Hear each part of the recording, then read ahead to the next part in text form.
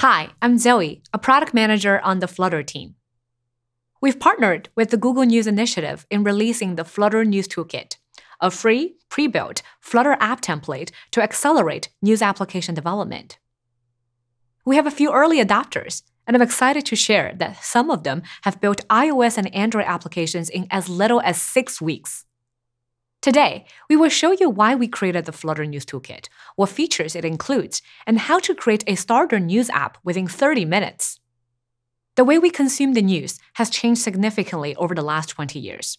In the US, smartphone users spend 88% of their time using apps versus mobile web browsers. Mobile apps can be a great way for news publishers to engage with existing readers, reach new audiences, and create new revenue streams. However, we know that many news publishers often contend with limited resources. Mobile apps can be difficult and expensive to build. For example, you may want to include a rich reading experience, great navigation, search, authentication, ads integration, notifications, user profiles, subscriptions, and a tailored design experience. And moreover, you have to do all of that for both iOS and Android. As you continue to update your app with the latest features, you need to keep multiple products in sync. Whether you are a large organization with a portfolio of brands, or a small publisher who can't afford to staff large app development teams that specialize in each platform, this is a tremendous effort. Therefore, we've invested in helping news organizations solve this problem by using industry best practices and a powerful new toolkit from Google. And that's the Flutter News Toolkit. It is an easy-to-use app template built in Flutter. It includes blocks of sample code for common user interface and app functionalities. We worked closely with industry experts and news publishers across the world. We asked them about the most critical features and user workflows modern news applications require. We then incorporated their feedback and worked with the Google News Initiative to ensure the best practices from news consumer insights were reflected in app template. Let's take a look what features were pre-integrated in the Flutter News Toolkit. First, you get a user onboarding workflow and push notifications to help re-engage your audience. Then, you see the pre-built workflow for account creation and authentication. Next, you have content feeds and content pages to display news articles, videos, pictures, ads, email subscription prompts, and more. User can also access navigation via a hamburger menu or through a section feed at the top of the main content feed. We know ads are important to news publishers, so we've implemented different types of ads so you can choose the most relevant format for your app. Subscriptions are another popular feature among news publishers, so we went ahead and included sample code for you to reference. We also provide an option for your user to search for articles by keyword or click into popular searches. The Flutter News Toolkit is open source and completely free, so you can use these pre-integrated features out of the box or easily modify and swap them with your own code. I know that you can't wait to see how the Flutter News Toolkit works. I'm excited to introduce Felix from Very Good Ventures to walk us through the code. Thanks for the introduction, Zoe. I'm Felix, an engineer on the OSS and tooling team at Very Good Ventures, or VGV for short. I develop and maintain a few open source tools in the Flutter and Dart ecosystem. Earlier this year, Google tasked VGV to create the Flutter News Toolkit. We were very excited to work on an open source template that includes a layered architecture, contains useful features out of the box, and is fully unit and widget tested. I'm going to give an overview of the project structure and architecture, walk through how to generate a new project using the Flutter News Toolkit, and provide more details about some of the tools we'll be using. Let's get started. Before we generate a new project, I want to walk through the main components of the project and how the code base is structured.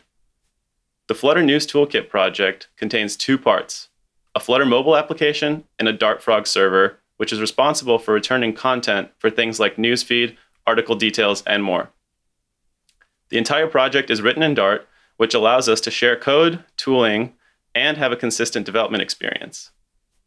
The backend application can be found in the API directory at the root of the project and exposes a variety of HTTP endpoints for querying information such as newsfeed, article details, news categories, and more.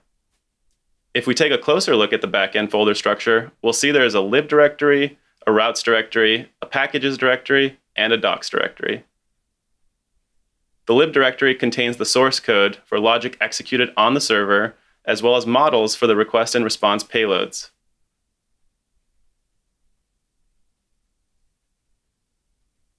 The routes subdirectory contains handlers for each endpoint.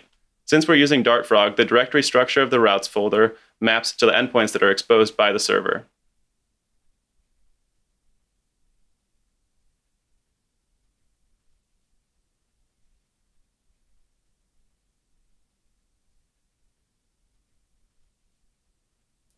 The packages subdirectory contains reusable packages that are used by the server and the client.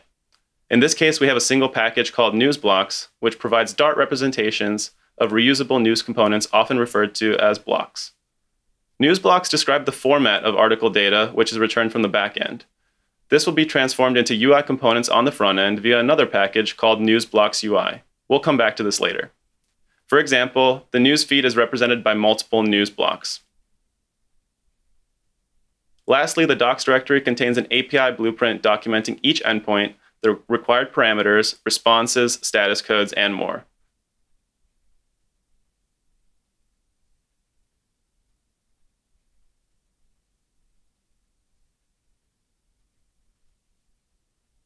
We can preview the API documentation locally by following the steps outlined in the README.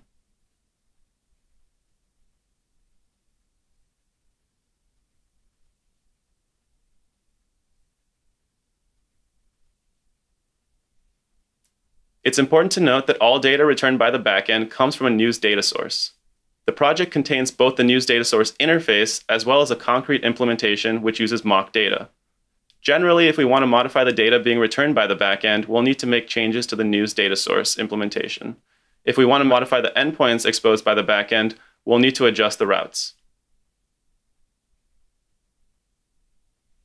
The backend project also includes an API client, which can be imported by the front end and used to communicate with the server. The client also handles interpreting the responses from the server and correctly deserializing the response bodies. This allows us to work with strongly typed objects, which are shared across the front end and back end applications.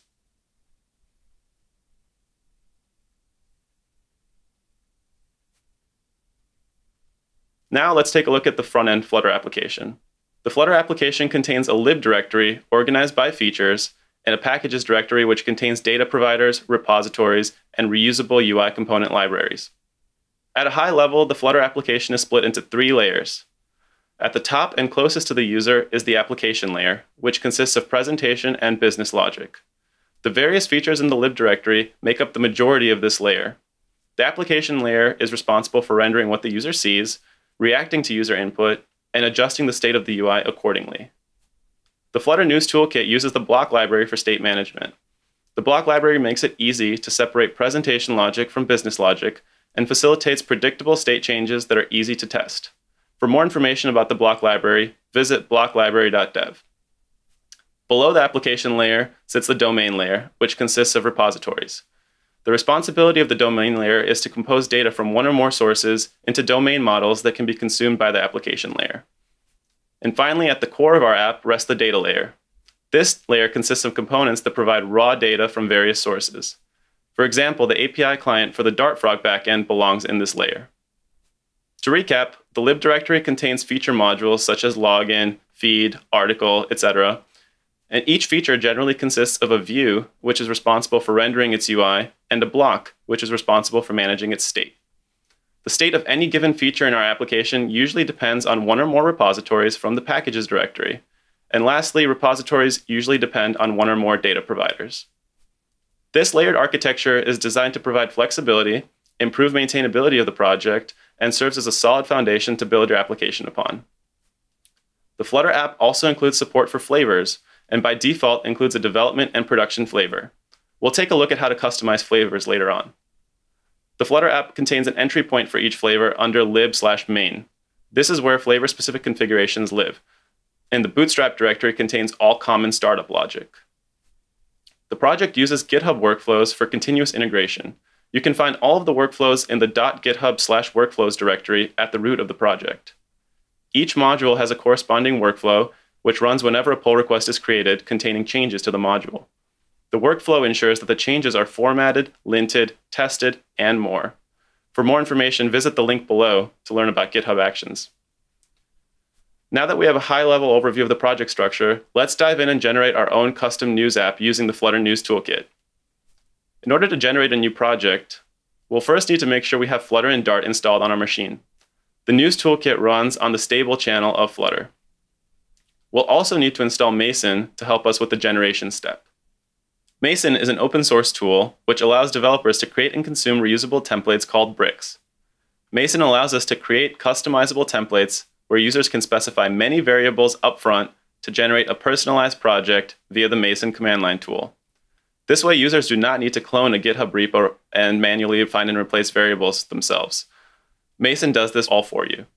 There are many ways to integrate with Mason, but for now, we'll use the Mason CLI package from pub.dev. For more information on Mason, visit the link below. Let's install Mason CLI from pub.dev.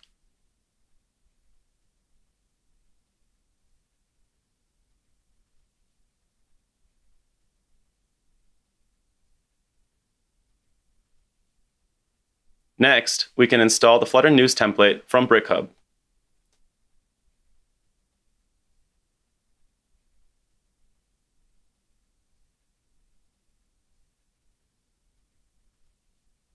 The source code for the Flutter News Toolkit is available on GitHub. The GitHub repository contains an example project as well as the template itself. Feel free to check out the GitHub repository if you want to learn more about how the project was built, or if you'd like to open an issue or pull request. To simplify the process of generating your project from the template, we've also published the template on BrickHub. BrickHub is a public registry where you can browse, publish, and consume reusable Mason templates, also known as bricks, similar to pub.dev, npm, and other registries. To generate a new project, we'll run the Mason make command and answer the CLI prompts. You'll need to have responses ready for the following prompts. Application name. This is the user-facing name of your application as shown on the device. Application ID. This is the unique application identifier, also known as the application ID on Android and bundle identifier on iOS.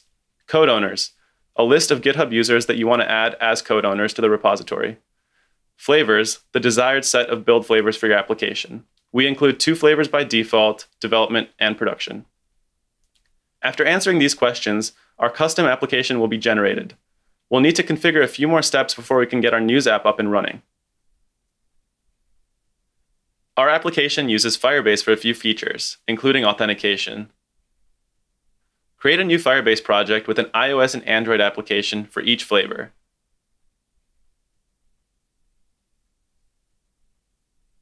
Then download the respective Google Services configuration files for each flavor and paste the configuration files in the newly generated project.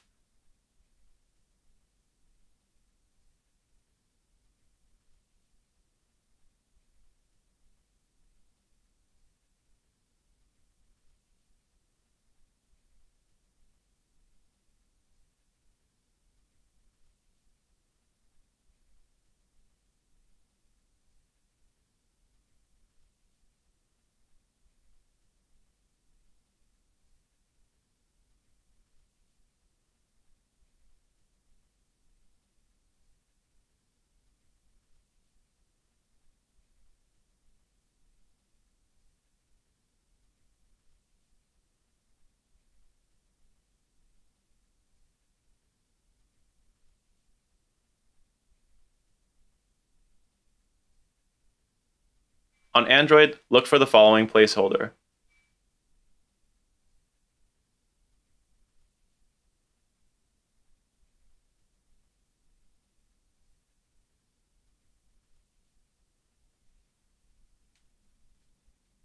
On iOS, we will also need to update the reverse client ID placeholder with the reverse client ID from the Google Service info.plist file we downloaded. Look for the following placeholder.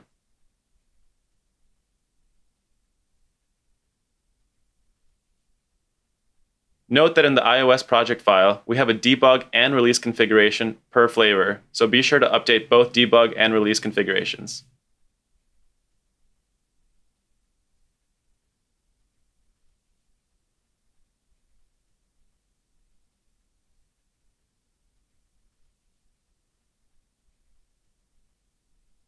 Your news app may require a user sign-in flow. In this example, we'll use Google Sign-in. Head over to Build and Authentication in the Firebase console and enable the sign-in providers that you want in your project.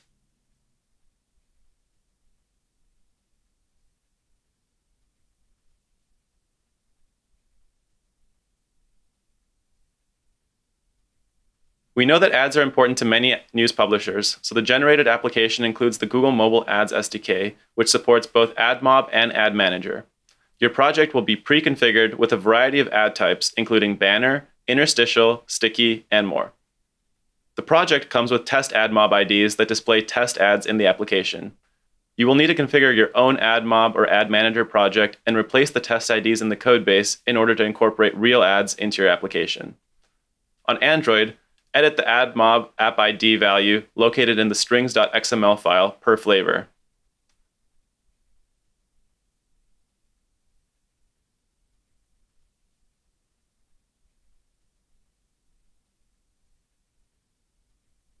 On iOS, edit the AdMob app ID value located in the build configuration section for each flavor. For more information regarding Ad Manager support, refer to the following link in the official documentation.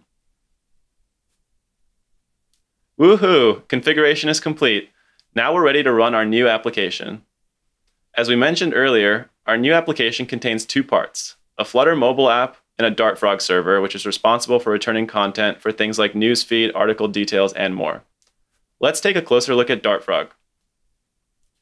DartFrog is a fast, minimalistic, open-source backend framework built on top of Shelf, a web server middleware package maintained by Google. We're already using Dart on the front end with Flutter, and DartFrog allows us to use Dart on the back end as well. This allows us to share code and tooling and makes the development experience more enjoyable. For more information on DartFrog, you can visit the following link. Let's install DartFrog CLI from pub.dev.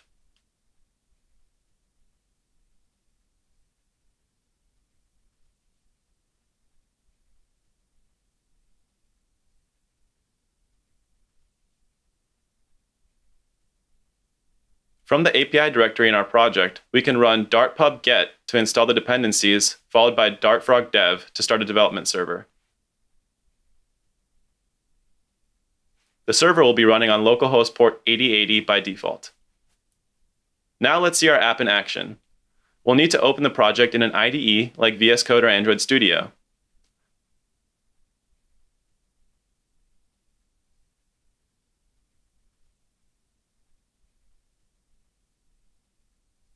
Select the application flavor you want to work on from the dropdown and run the app in debug mode. This can take a few minutes the first time you run the project because your IDE will be installing dependencies and creating a build.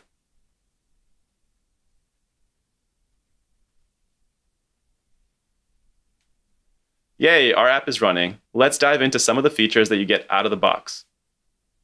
Sign in with Google. The login bottom sheet allows users to sign in with any of the configured sign-in providers from Firebase Authentication. Since we configured Google Sign-In, we can go through the sign-in flow to log into the application. Note that signing in is optional, and users can close the bottom sheet and browse content anonymously. Newsfeed. Here, users will browse the news, either by scrolling down to view top news in all categories, or by tapping into a category to see news filtered by topic. You'll be able to see the test ads displayed throughout the newsfeed. Article details. Tapping on a news item will take you to the full article. An article consists of multiple components called news blocks, which we'll learn more about later in this video. As a result, articles can contain styled text content, such as bold and italics, swipe through carousels, inline videos, images with captions, and more. Ad types. The app already supports displaying different types of ads, including banner, interstitial, sticky, and rewarded. To learn more about ads, head over to the AdMob and Ad Manager documentation. For demonstration purposes, the ad frequency is really high out of the box, but can be adjusted based on your needs. Subscriptions tab. The app comes with a subscription setting out of the box, which can be customized. By default, users can read 4 articles a day, but once the daily limit is exceeded, users have the option to sign in and start a free subscription to unlock more content. The subscriptions functionality uses the in-app purchase plugin, but developers are welcome to choose any subscription service. Again, details such as article limit and subscription tiers can be customized to fit your needs. News search. The app includes a search tab in the bottom tab bar. Users can tap on this and search for articles by keyword or click into popular searches. Relevant articles are also surfaced here. Search results can be configured on the backend. Now that we have the app running, let's take a look at how we can modify the news content on the backend. Let's check out the in-memory news data source. Note that it is currently pulling all the data from static data located in static-news-data.dart. If we take a closer look at that file, we can see things like subscription tiers, popular news topics, popular articles, and more. Let's make some changes.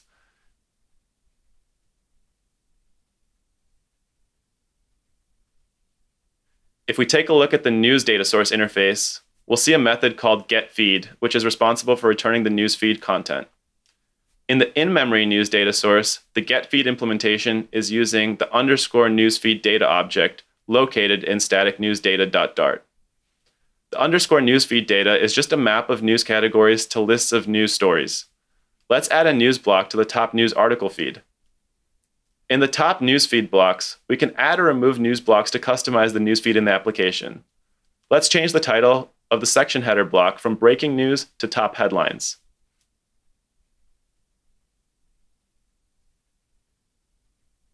We can also add a new post under the technology section header. In some cases, you may already have HTML news content. So rather than converting the HTML content into news blocks, you can use the HTML block and provide the raw HTML content. The Flutter application will convert the HTML content into widgets and render them for you. Once we've made the changes, we can restart the server and hot restart the Flutter application to see the changes reflected.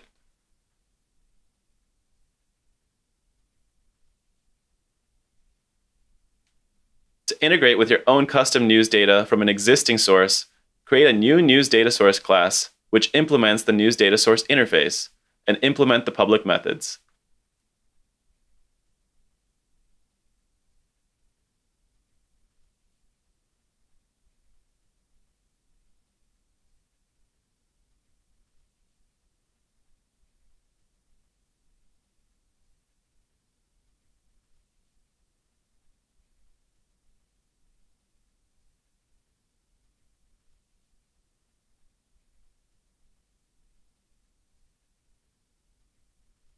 Then swap out the in-memory news data source instance with your own custom news data source in newsdatasourceprovider.dart located in API/lib/middleware.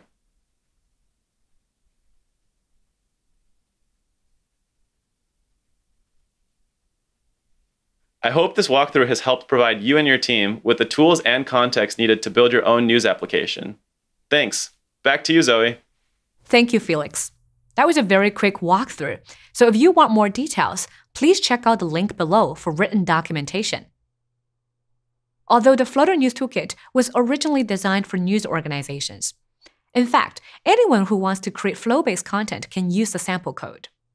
Whether you want to create a company newsletter app or a social media app, you'll likely find pre-built features like user login, social sharing, and content feeds to be helpful to your app.